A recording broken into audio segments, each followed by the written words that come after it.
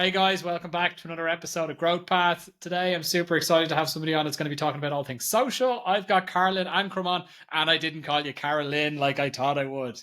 That's already a result. So I think maybe I might survive the entire podcast without calling you Karlyn. Karlyn. Great. There we go. Perfect. Great. Okay, so just a bit of background on Karlyn. So Karlyn has been working in social media for a number of years now. It goes as far back as 2017, as I see from your profile. Having worked at companies like Atomic Revenue. She's also been a senior instructor at Think Big, Learn Smart, which is an Adobe authorized training center, which focuses on helping improve and enhancing the skill set of major government, commercial, nonprofit education institutions on things like Adobe, for example. She's also been a social media instructor at the American Marketing Association. And for the past 10 years has been also working at a company called Oh Snap Social. During her time at Oh Snap Social, she has been a social media speaker, social media trainer, social media manager, and as of late, a founder, lead strategist, and a social media content creator. On top of that, Karlyn is the founder of Oh Snap, as I mentioned, and she also talks quite a bit about something which she calls as the Firestarter framework, which is a new approach to social media marketing. And this has been made specifically for businesses that are tempted to fake their own death and flee to Tahiti at the mere thought of content creation. So I know plenty of founders and companies that are with it there as well. So I'm super excited to have you on, Karlyn. I'm really excited to have a chat about all things social. Yeah, thanks for having me, Andy. I'm equally excited to be here. Cool. Tell us what you guys do at Oh Snap Social.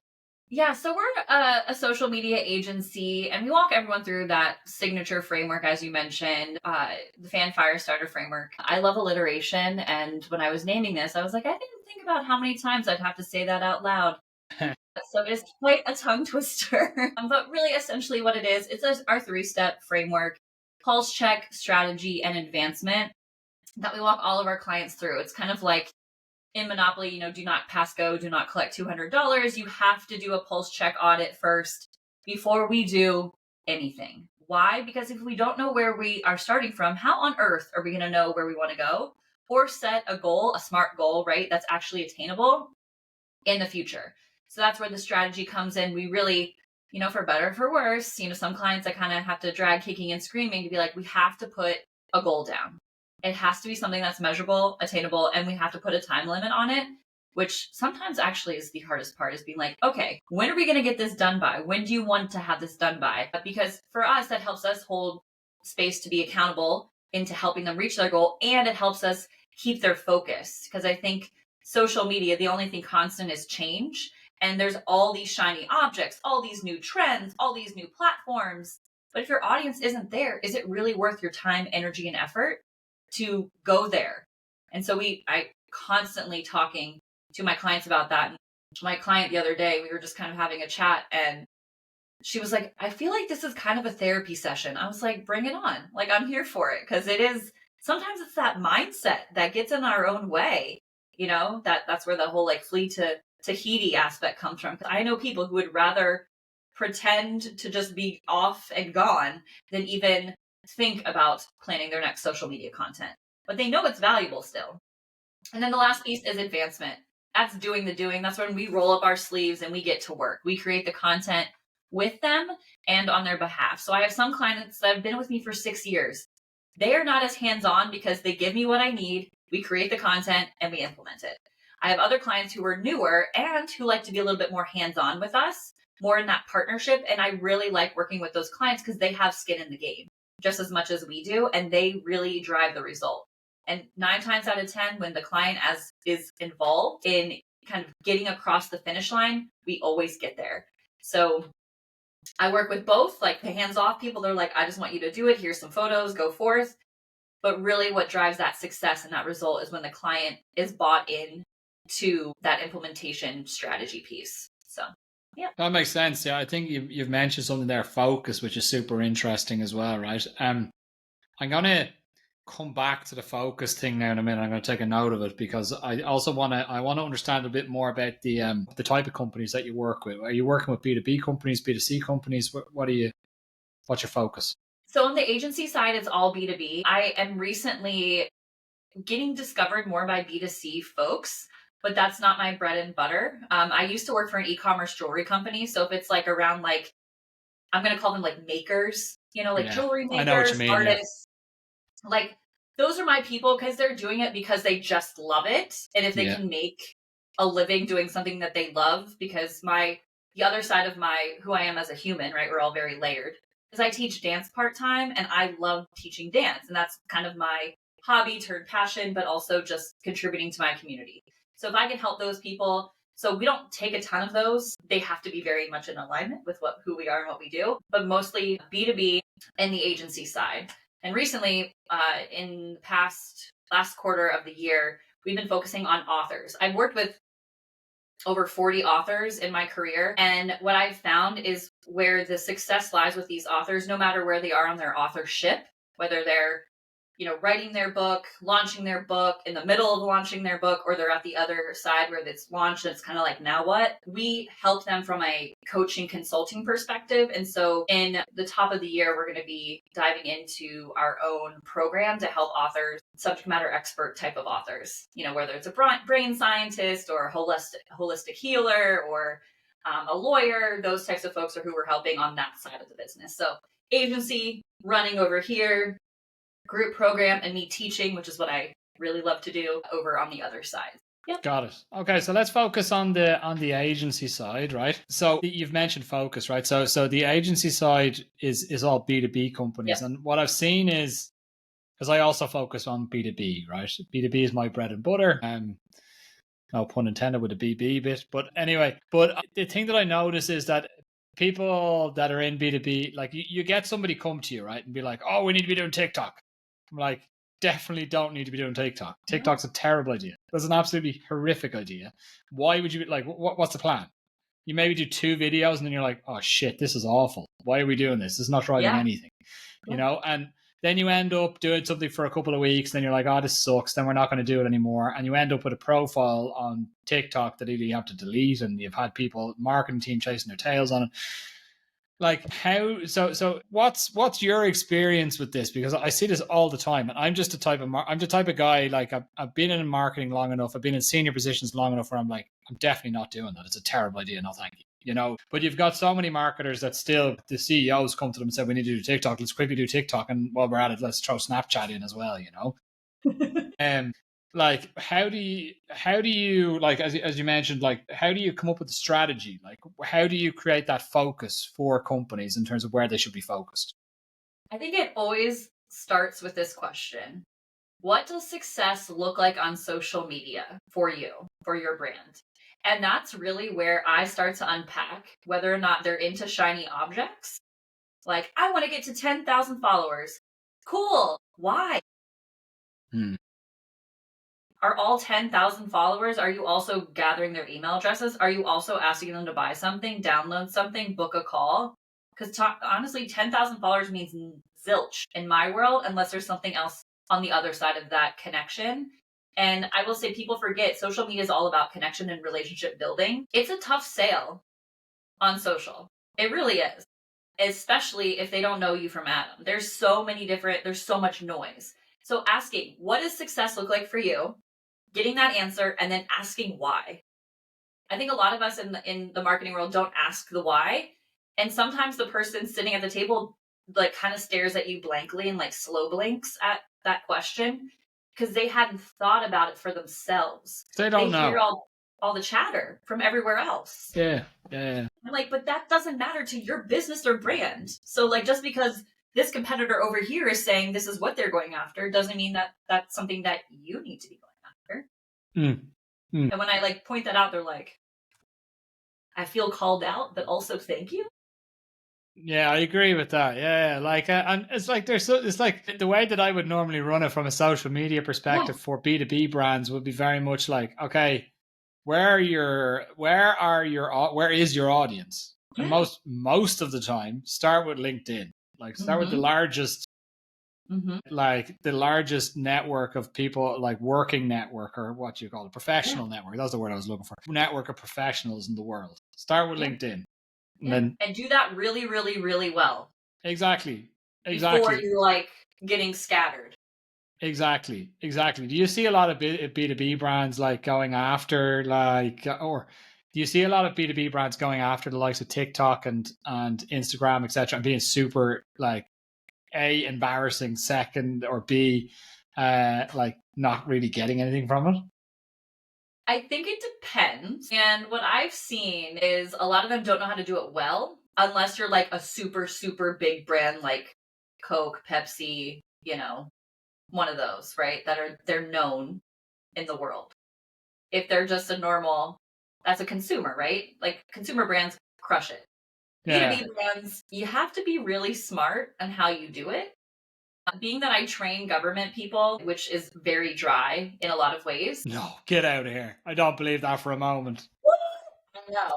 But there are some agencies crushing it on social. The TSA, crushing Yeah. it. Yeah. Like USPTO, the Trademark and Patent Office, like crushing it. And because they are finally putting the blinders on, and it could be leadership often is the one that gets in our way or moves us off track of where we need to go. And they're finally doing what is in alignment with their brand and manages that entertaining plus education piece and making it really relevant and timely.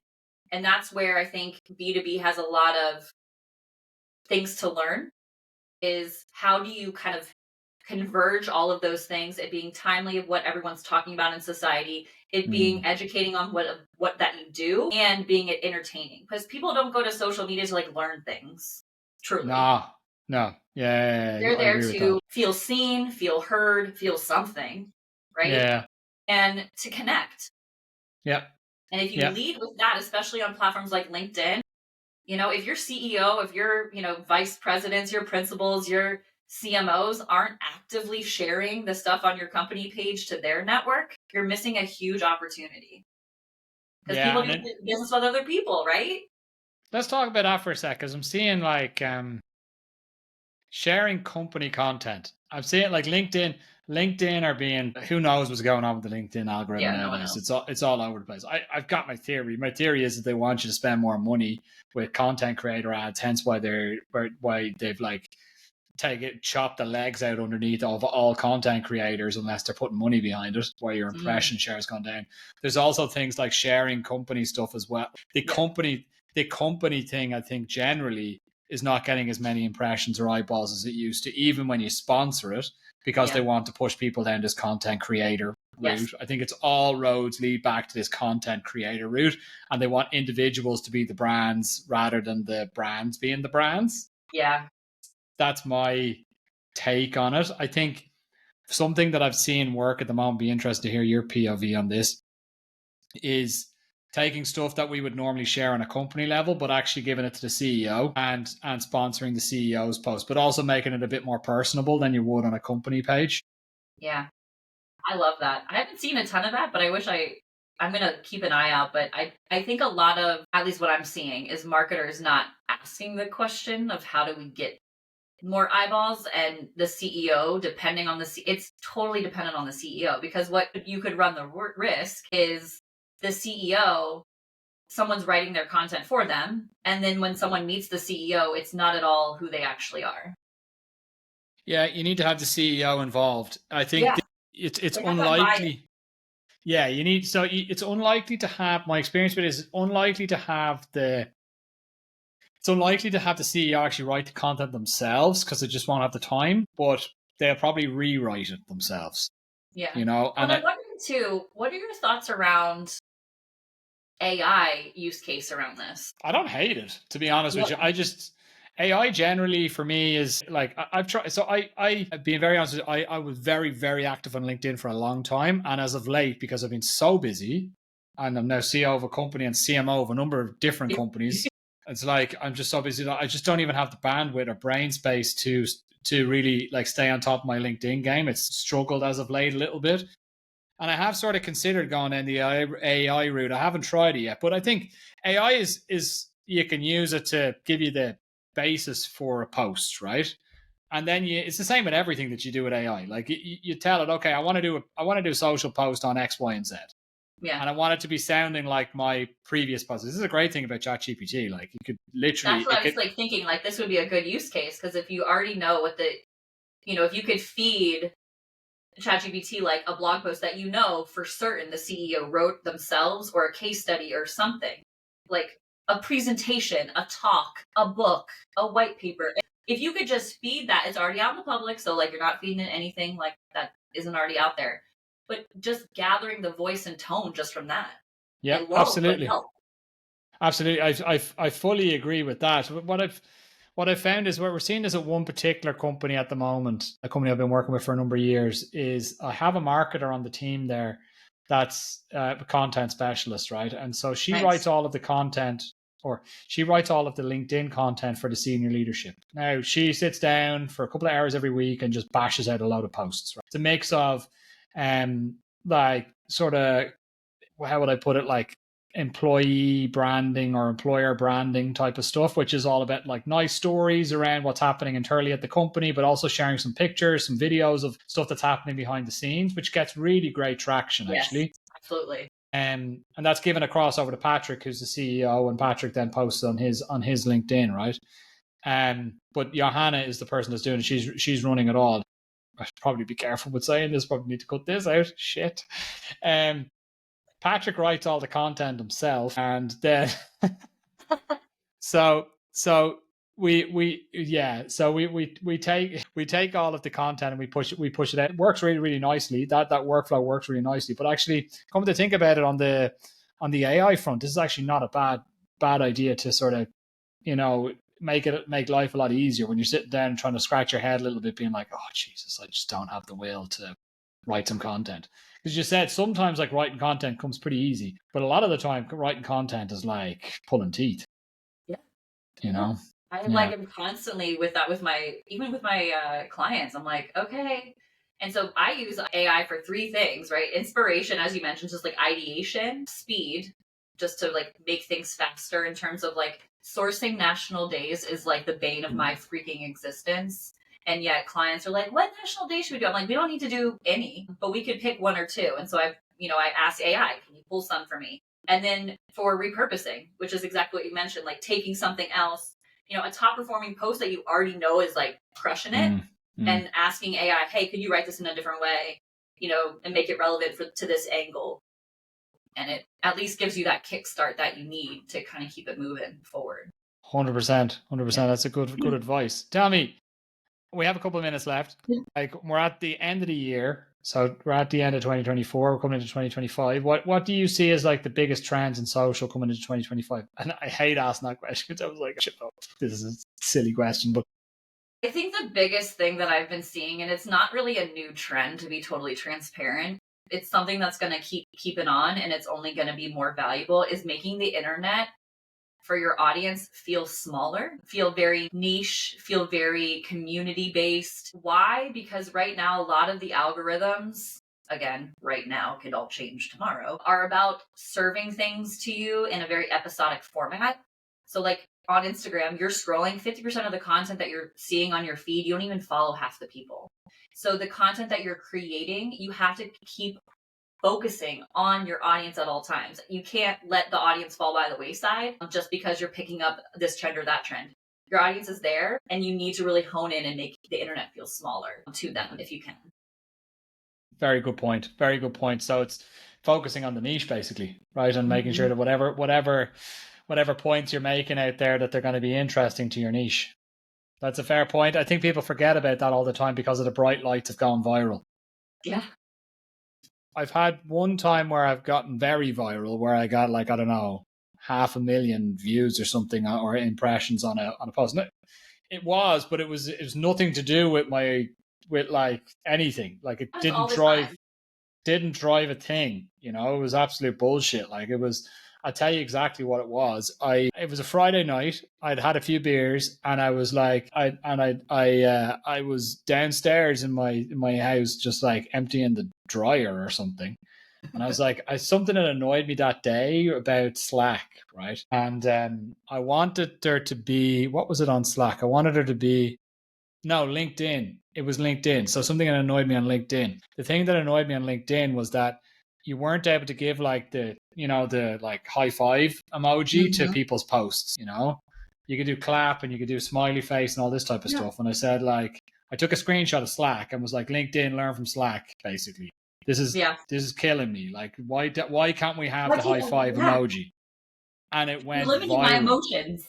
I woke up the next day, it's like 1,000 like 500 comments. I was like, what in the name of God is this? But everyone at least probably agreed with you, right? Absolutely, everybody agreed with me. No, there was no opinionated content works every time. It's just making sure that the opinion is in alignment, right, with whatever it is that you're doing. Because same. I think there was a couple of people trashed me in there, and I was like, man, like what's this all about? Emojis. People are nuts, by the way. That's a separate topic for a separate day. Like, people, like, if you're gonna get involved in the comments on LinkedIn over a post about Slack and LinkedIn, grow up. Anyway, look. Yeah, exactly, trolls. I'm wondering, like, are they even real? Anyway, that's again topic of conversation for another day. Karlyn, look, we've come right up on time. I just want to thank you for your time. It's been really interesting speaking with you. And where can people find you? You can find me at osnapsocial.com, and all my social platforms are linked there, but I'm most active on LinkedIn and Instagram.